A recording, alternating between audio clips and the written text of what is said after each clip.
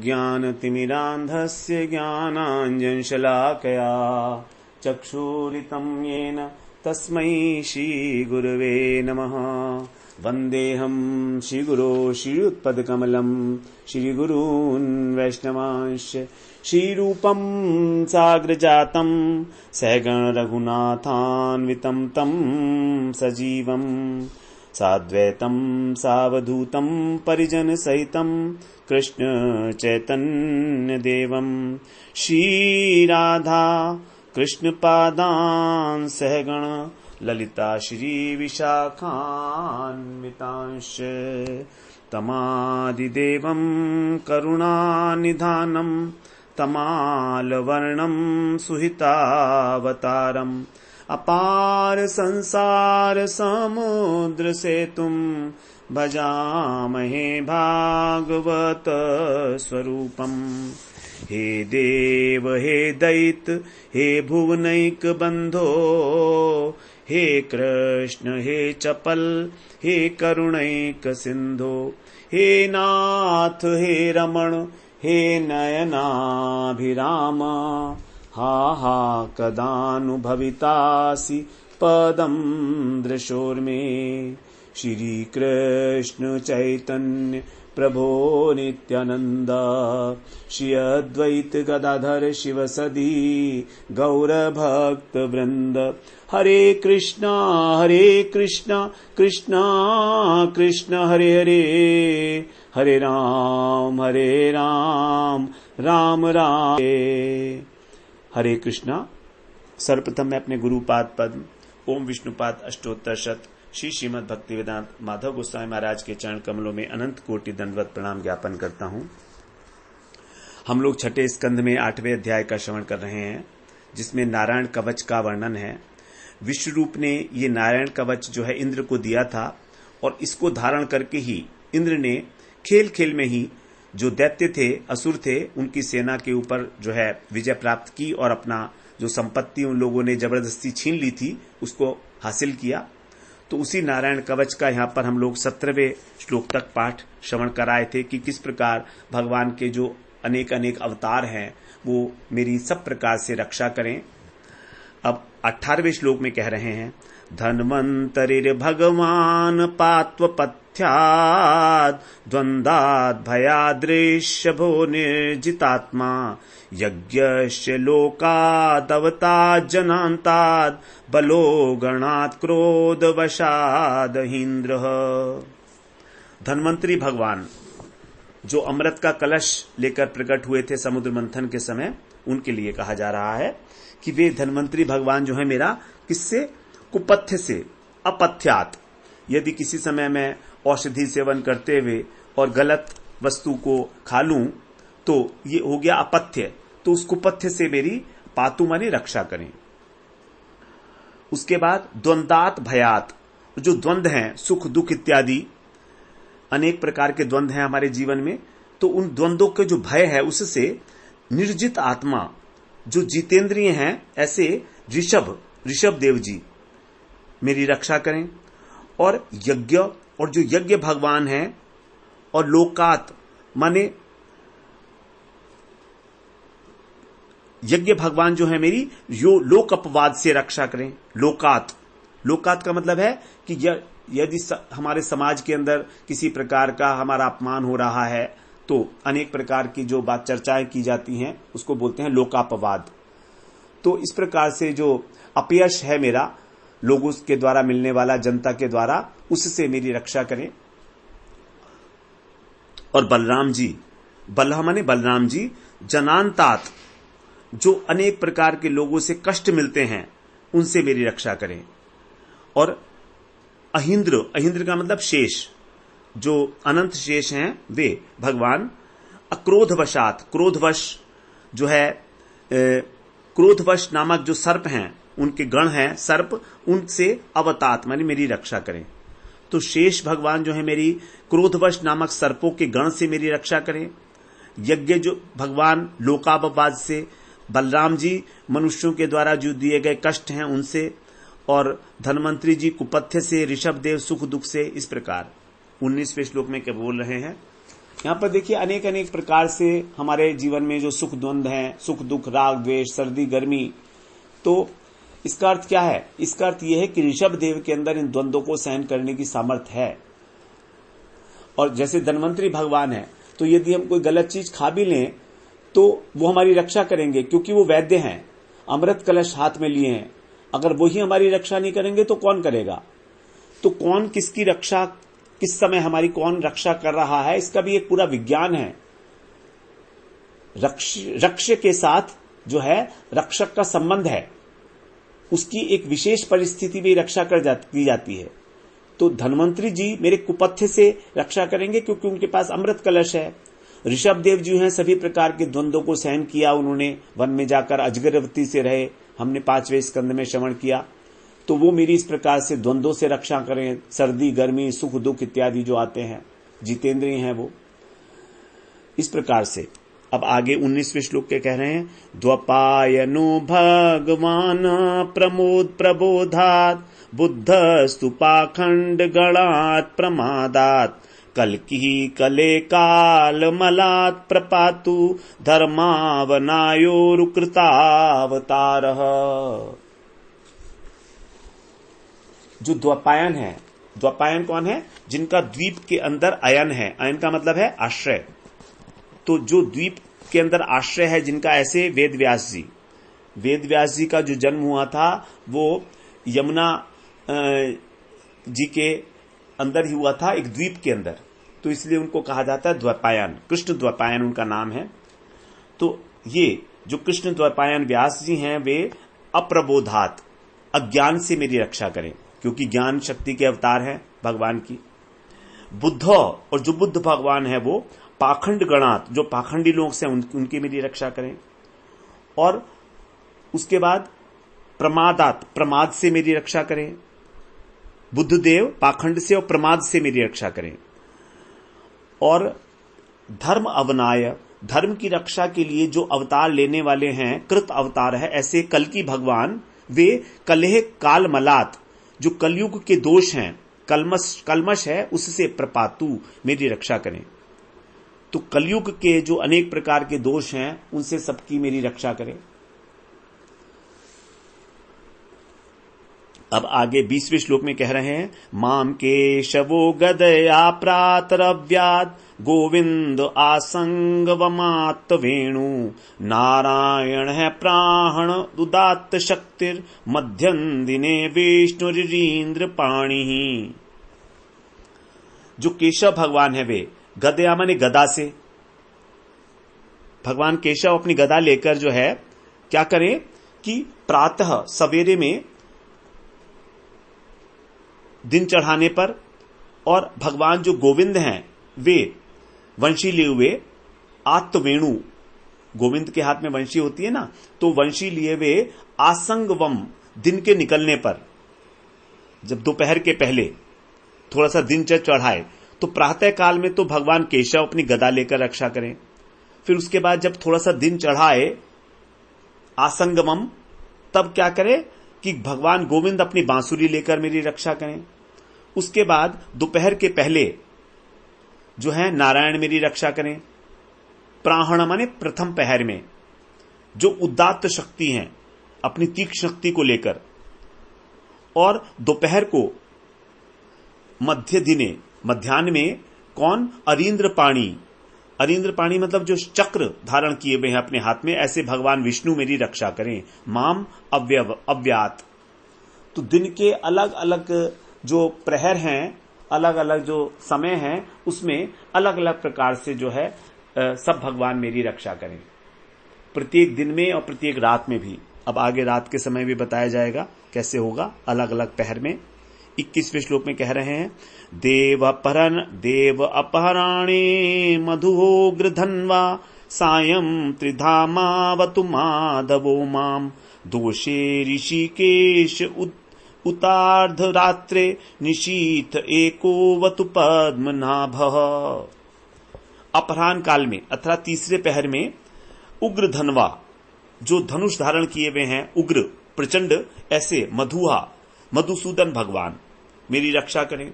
सायं माने सायकाल में त्रिधामा, तीन मूर्तिधारी जो माधव हैं वे मेरी रक्षा करें। सायकाल में ब्रह्मा आदि त्रिमूर्तिधारी जो माधव हैं वे मेरी रक्षा करें सायकाल में। और सूर्यास्त के बाद दोषे ऋषिकेश, सूर्यास्त के बाद मतलब रात्रि के प्रारंभ में ऋषिकेश भगवान मेरी रक्षा करें। उत अर्धरात्रे, और आधी रात को, रात्रि के जो है अर्धरात्रि के समय अकेले, निशीथ माने उसके बाद तीसरे पहर में एक पद्मनाभ, अकेले जो पद्मनाभ भगवान है वही माम अवतु मेरी रक्षा करें। 22वें श्लोक में कह रहे हैं, श्रीवत्स धामा पर रात्र ईश प्रत्यूष ईशोऽसि धरो जनार्दन दामोदरो व्यादनुसंध्यम प्रभाते विश्वेश्वरो भगवान काल मूर्ति। और जो श्रीवत्स धामा, जो श्रीवत्स धारण करने वाले हैं अपने वक्षस्थल के ऊपर, जो भृगु ऋषि ने भगवान के वक्षस्थल के ऊपर लात मारी थी तो उस लात का जो चिन्ह है उसको श्रीवत्स के रूप में भगवान अपने वक्षस्थल पर धारण करते हैं। तो ऐसे जो भगवान हैं वे पर रात्र, रात्रि के पिछले प्रहर में ऐसे श्री हरि मेरी रक्षा करें। असीधर, और जो तलवार लिए हुए जनार्दन हैं वे उषा काल में, ब्रह्म मुहूर्त में, ईश प्रत्यूष, प्रत्यूष माने ब्रह्म मुहूर्त, उषा काल में वो मेरी रक्षा करें। दामोदर है प्रभाते, और जो दामोदर भगवान हैं वे सूर्योदय से पूर्व, जब अरुणोदय होता है, थोड़ी थोड़ी लालिमा होती है आकाश में, उस समय मेरी रक्षा करें प्रभात में। और काल मूर्ति, जो काल स्वरूप है विश्वेश्वर भगवान, वे अनुसंध्यम अव्याद, सभी संध्याओं में, 3 प्रकार की संध्याएं हैं, सुबह को होती है, दोपहर को और शाम को, उन तीनों संध्याओं में जो विश्वेश्वर काल मूर्ति भगवान हैं वे मेरी रक्षा करें। अब आगे 23वें श्लोक में कहा जा रहा है, चक्रम युगांता नलतिग्मिनेमि भ्रम समन्ताद भगवत प्रयुक्तम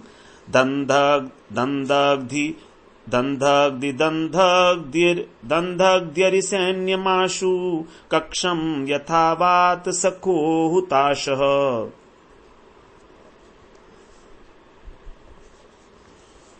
यहां पर कह रहे हैं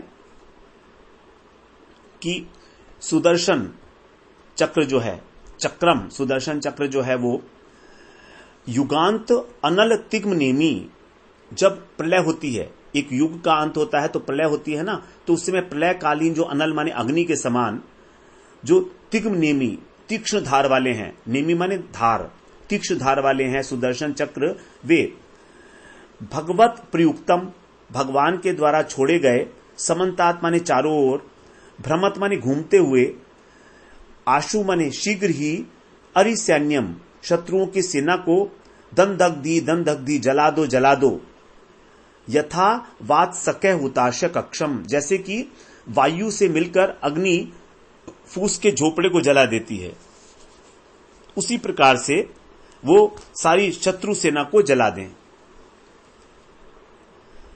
तो कह रहे हैं कि सुदर्शन चक्र भगवान की प्रेरणा से सब ओर घूमते रहते हैं।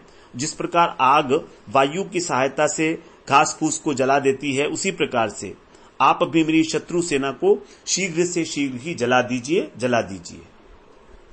दंधग्धि 2 बार कहा गया यहां पर, तो मेरी शत्रुओं को जलाकर आप भस्म कर दीजिए। 24वें श्लोक में बोल रहे हैं, गदेश निस्प्रशन विस्फुलिंगे निष्पीणि निष्पीड्य निजित प्रियासी कूष्मांड वैनायक यक्ष रक्षो भूत ग्रहांशूर्णय चूर्णयारीन। जो अशनि स्पर्शन, अशनि का मतलब होता है कठोर, वज्र लोहा, तो उसके समान कठोर है छूने में, ऐसे विस्फुलिंग माने चिंगारियों फैलती हुई हैं जिसकी चारों ओर। हे गदा, गदा के लिए कह रहे हैं भगवान की, हे गदा तुम क्या करो, अजित प्रियासी, तुम भगवान अजित की बड़ी प्यारी हो। भगवान की जो गदा है वो कौमुद की गदा है, भगवान का नाम, गदा का नाम भगवान की। तो वो कहते हैं कि आपके द्वारा जो चिंगारियों के स्पर्श के समान, वज्र के समान जो असह्य है आपकी गदा, ऐसा कूष्मांड और विनायक, इसलिए आप क्या करो कि इन कूष्मांड को, विनायक को, यक्ष, राक्षस, भूत, प्रेत इत्यादि जो ग्रह हैं उनको निष्पर्णी कुचल दो, इनको चूर चूर कर दो। अरीन, हमारे शत्रुओं को चूर कर दो। तो इन सबको तुम कुचल दो और शत्रुओं को चूर चूर कर दो। भगवान अपनी गदा से, तो गदा के प्रति ये जो है संबोधन है, कहा जा रहा है कि गदा मेरी, भगवान की जो गदा है इस प्रकार से मेरी रक्षा करे मेरी शत्रुओं से, और ये जो राक्षस, भूत, ग्रह इत्यादि आते हैं इन सब से मेरी रक्षा करे, जो अपदेवता कहे जाते हैं।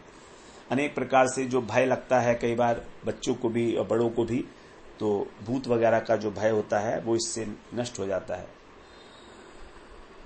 अब आगे 25वें श्लोक में बोलते हैं, त्वं यातु धान प्रमथ प्रेत मात्री पिशाच विप्र ग्रह घोर दृष्टीन् दरेन्द्र विद्रावय कृष्ण पूरितो भीम स्वनोरेर हृदयानि कंपयन्। अब भगवान का जो शंख है उसके लिए कहा जा रहा है वरेंद्र का मतलब होता है शंख।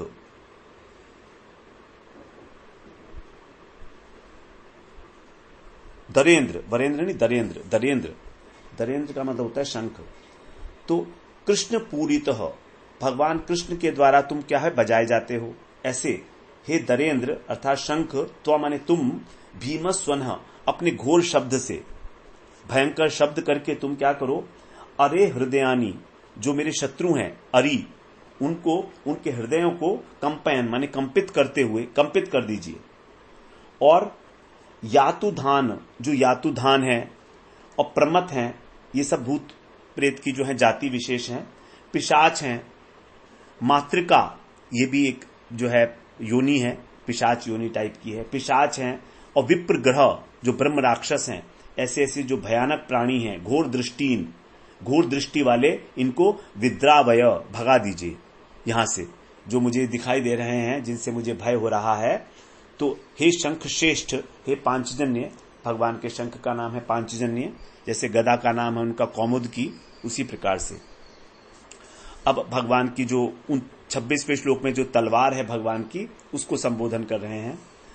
त्वं तेग्म धारा शिवरारि सैन्य मीश प्रयुक्तो मम छिंदि छिंदि चक्षुंषि धर्म छत चंद्र छादय द्विषाम घो नाम हर पाप चक्षुषाम।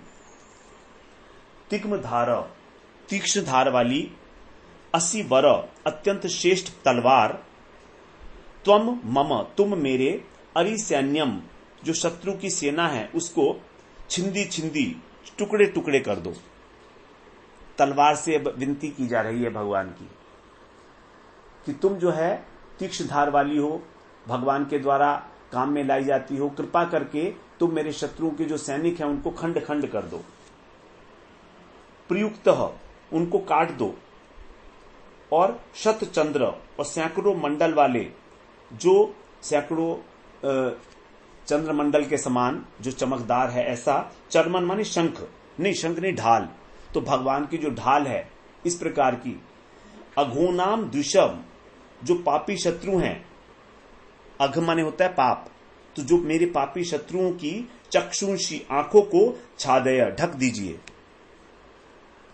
तो भगवान की जो ढाल है वो चंद्राकार मंडल के रूप में है और अत्यंत तेजोमयी है।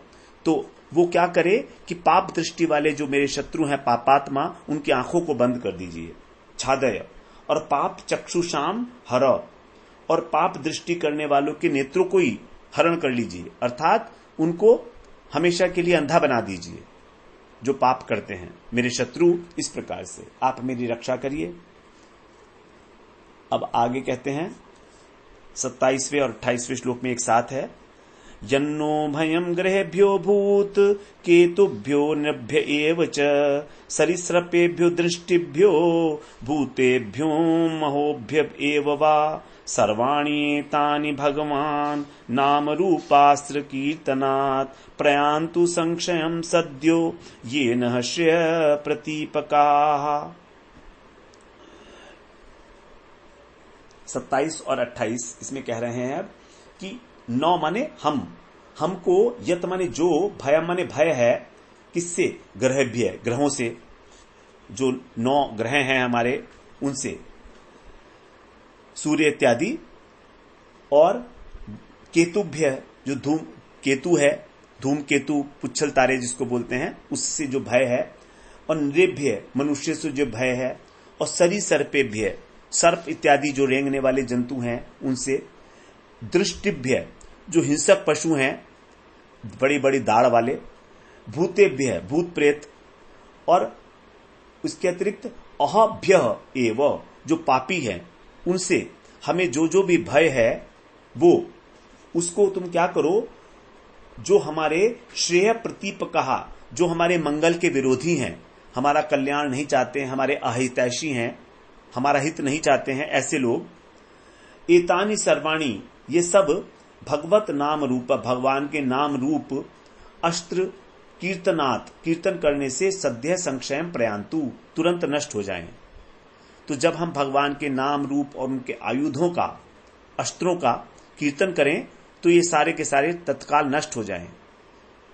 सूर्य इत्यादि जो ग्रह हैं, पुच्छल तारे, केतु, दुष्ट मनुष्य, सर्प इत्यादि, हिंसक पशु, भूत प्रेत, पापी व्यक्ति, इन ग्रहों से हमको जो सब कष्ट मिलता है अनेक अनेक प्रकार का, वो सब हमारा भगवान का नाम रूप इत्यादि का गुणगान करने से और भगवान के अस्त्रों का नाम लेने से ही ये जो है हमारा सारा भय समाप्त हो जाए। इस प्रकार से प्रार्थना कर रहे हैं, कृपा के लिए याचना कर रहे हैं। अब 29वें श्लोक में कहते हैं, सर्वाण्येता गरुड़ो भगवान स्त्रोतस तोभश्चंदो मय प्रभु रक्षत्वशेष कृच्छेभ्यो विश्वक्सेन स्वनाम भी। अब जो भगवान के पार्षद हैं उनके विषय में कहा जा रहा है। भगवान के अस्त्रों का भी जो है वर्णन हो गया, भगवान के अवतारों का वर्णन तो हो ही चुका था। अब भगवान के पार्षदों का वर्णन है यहां से, कि जो छंदमय हैं, ऐसे छंद का मतलब होता है वेद, तो वेद मंत्रों की जो स्तोत्र माने स्तुति से, तोभ है माने स्तुत होने वाले प्रभु भगवान हैं। तो जिनकी स्तुति की जाती है सामवेदीय स्तोत्रों से, ऐसे वे वेद मूर्ति भगवान गरुड़ जो हैं और विश्वक्सेन जी, ये भी क्या करें, स्वनाम भी, अपने नाम के प्रभाव से, यदि हम उनका नाम लें, उच्चारण का करें, तो उसके प्रभाव से अशेष माने सब प्रकार की कृच्छेभ्य विपत्तियों से रक्षतु हमारी रक्षा करें। तो जब हम गरुड़ जी का नाम लें, विश्वक्सेन जी का नाम लें, तो ये लोग भी सब हमारी रक्षा करें, क्योंकि गरुड़ जी क्या हैं? गरुड़ जी साक्षात वेद हैं, साक्षात वेद का स्वरूप है। उनका जो पंख है उसमें से साम वेद की ध्वनि निकलती है। जब गरुड़ जी जो हैं भगवान वो विचरण करते हैं तो उनके पंखों से जो है साम वेद की ध्वनि निकलती है। अब आगे 30वें श्लोक में कह रहे हैं, सर्वापदेभ्यो हरिर्नाम रूपयानायुधानिनः बुद्धीन्द्रिय यमनः प्राणान् पान्तु पार्षदभूषणः।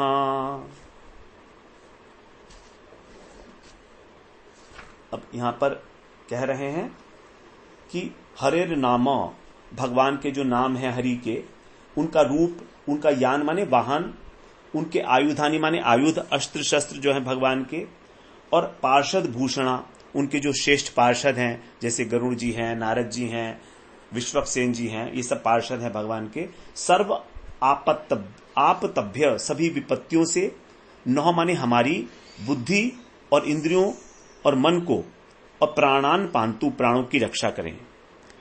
तो हमारी बुद्धि, इंद्रिय, मन और प्राणों की सब प्रकार से आपत्तियों से रक्षा करें। भगवान का जो नाम है, भगवान का रूप है, भगवान के वाहन हैं, और भगवान के आयुध और भगवान के श्रेष्ठ पार्षद। इस प्रकार से 31वें श्लोक में बोल रहे हैं, यथा ही भगवानेव वस्तुतः सदसच्च यत् सत्येनानेन नः सर्वे यान्तु नाशमुपद्रवः। कह रहे हैं यथा ही, जैसे यत सत, जो भी सत और असत, सत का मतलब होता है कारण और असत का मतलब होता है कार्य। तो जो कार्य कारणात्मक ये जगत है वस्तुतः भगवान एव है, ये सब भगवान ही है। तो जितना भी हम जगत देख रहे हैं ये सब भगवान का ही स्वरूप है। ये भगवान से बिल्कुल भी अलग नहीं है। सूक्ष्म जगत, स्थूल जगत, जितना भी है भौतिक जगत, ये सब भगवान से अभिन्न है, क्योंकि भगवान ही इसके उपादान कारण है। यद्यपि हम कहते हैं प्रकृति से ही ये जगत उत्पन्न हुआ है, लेकिन प्रकृति भगवान की शक्ति है, भगवान से अभिन्न है, तो इसलिए फिर ये जगत भी तो भगवान भगवत रूप ही हुआ ना। तो इसलिए कह रहे हैं कि ये आपसे अभिन्न है, आप ही हैं, भगवत स्वरूप ही है। अनेन सत्येन, इस सत्य के प्रभाव से, नह माने हमारे, सर्वे माने सब, उपद्रव माने उपद्रव, नाशम यान्तु नष्ट हो जाएं। क्योंकि जितने भी उपद्रव होते हैं वो संसार में ही होते हैं, और संसार में होते हैं अनेक अनेक पदार्थों के कारण। तो सारा संसार जो भौतिक संसार है, इसके सारे उपद्रवों के कारण क्या है? अनेक पदार्थ, और पदार्थ क्या है? भगवान स्वरूप है। तो वो इस प्रकार से हमारे नष्ट हो जाएं सारे उपद्रव, हमको किसी प्रकार का कोई कष्ट ना हो, क्योंकि भगवान जो है सत्य है, और भगवान हमारे को प्रत्येक प्रकार के संकट से जो है उभार सकते हैं, मुक्त कर सकते हैं। 32वें श्लोक में बोलते हैं, यथैकात्म्यनुभावानां विकल्प रहितः स्वयं भूषणायुध लिंगाख्या धत्ते शक्ति स्वमायया। यथा माने जैसे, एकात्म्य अनुभावानाम, जो लोग ब्रह्म और आत्मा की एकता का अनुभव करते हैं। एकात्म का मतलब ब्रह्म जीव एक के ज्ञान, जो ज्ञान योग है उसके विषय में कह रहे हैं, ब्रह्म ज्ञान के विषय में, निर्विशेष ब्रह्म ज्ञान। तो ऐसा जो अनुभव करने वाले हैं उनके लिए, जो कर चुके हैं, उनकी दृष्टि में विकल्प रहित किसी प्रकार का कोई भेद नहीं है। और स्वयं, जो स्वयं भगवान है, वे ही स्वमाया, अपनी शक्ति से भूषण, आभूषण, आयुध, लिंग, रूप, लिंग का मतलब रूप, और नाम, ये धत्ते माने धारण करते हैं। तो इस प्रकार जिनको भगवान का अनुभव हो गया है, उनके अंदर किसी प्रकार का कोई भ्रम नहीं है कि भगवान ही जो है अपनी माया शक्ति के द्वारा नाम के रूप में, आयुध के रूप में, आभूषणों के रूप में प्रकट होते हैं। सब अभिन्न है भगवान से। कहने का अर्थ यही है कि वो सब प्रकार से अभिन्न है।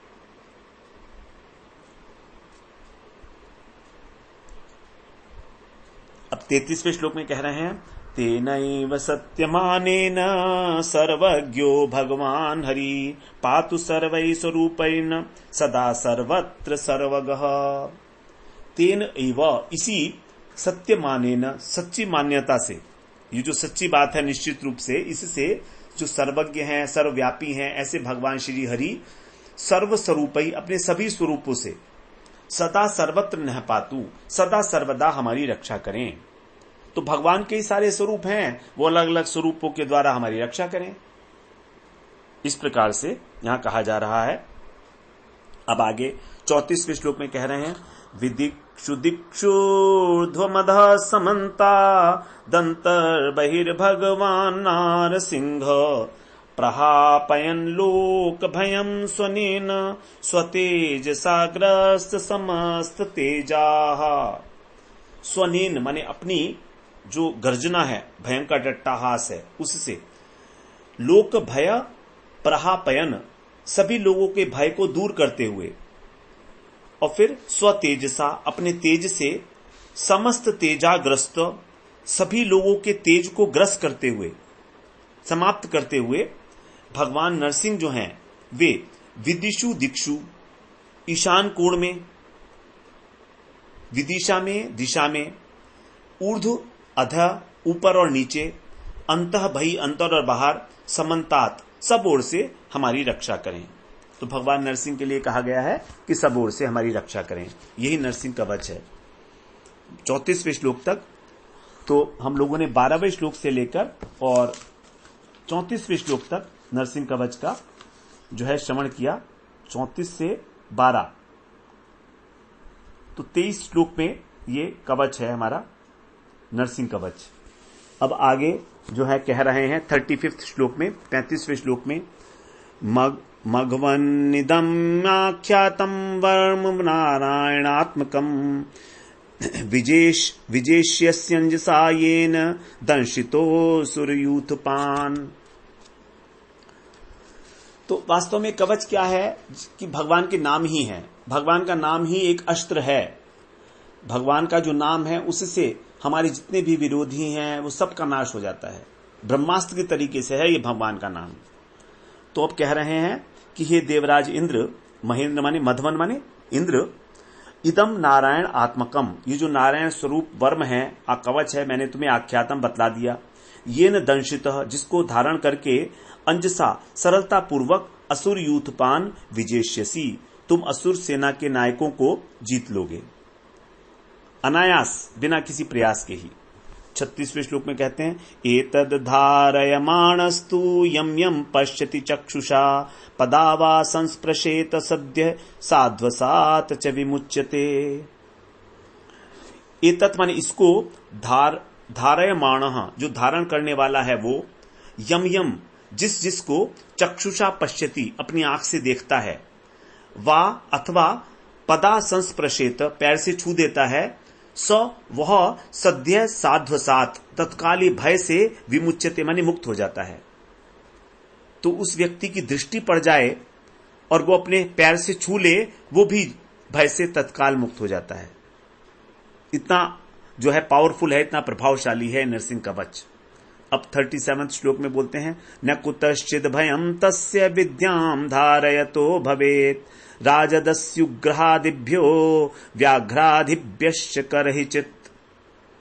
यहां कह रहे हैं कि विद्याम धारयतः, इस विद्या को धारण करने वाले का, तस्य माने किसी को भी, राजा का, दस्यु माने डाकू का, ग्रह इत्यादि का, और बाघ, व्याघ्र माने शेर इत्यादि बाघ जो हैं उनसे भी, कुतश्चित कहीं भी, करहिचित माने कभी भी, भयम न भवेत, भय नहीं होता।